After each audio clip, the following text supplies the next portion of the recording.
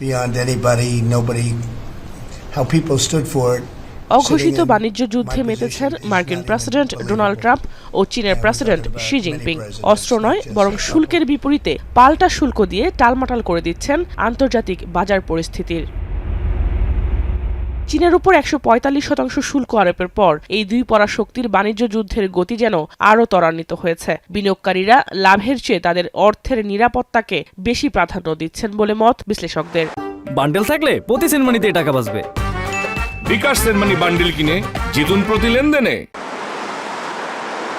এ পরিস্থিতিতে বিনিয়োগ হারাচ্ছে স্টক মার্কেট, ফলে ফের নিম্নমুখী হয়ে পড়েছে মার্কিন শেয়ারের বাজার। বৃহস্পতিবারও দর কমেছে যুক্তরাষ্ট্রের সর্ববৃহৎ তিনটি ইন্ডেক্স নাসদাক, S&P 500 ও ডাও জোন্সের। নাসদাকের দর কমেছে 4.31%, S&P 500 এর 3.46% ও ডাও জোন্সের কমেছে 2.5%।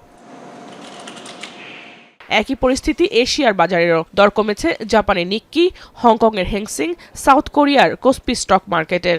একদিকে যখন শেয়ার বাজার নিম্নমুখী, তখন রেকর্ড ছুঁয়েছে স্বর্ণের দরও। আন্তর্জাতিক বাজারে প্রতি আউন্স সোনার দর ছাড়িয়েছে $৩,২০০। ২০২৩ সালের পর এ পর্যন্ত ২ দফায় স্বর্ণের দর বেড়েছে 2% বেশি। কেবল গেল 2 দিনের ব্যবধানেই দর বেড়েছে $100। নিরাপদ বিনিয়োগ হিসেবেই মানুষ স্বর্ণকে বেছে নিচ্ছে বলে মত বিশ্লেষকদের। এদিকে স্বর্ণের দর ঊর্ধ্বমুখী থাকলেও বিশ্ববাজারে কমেছে ডলারের দর।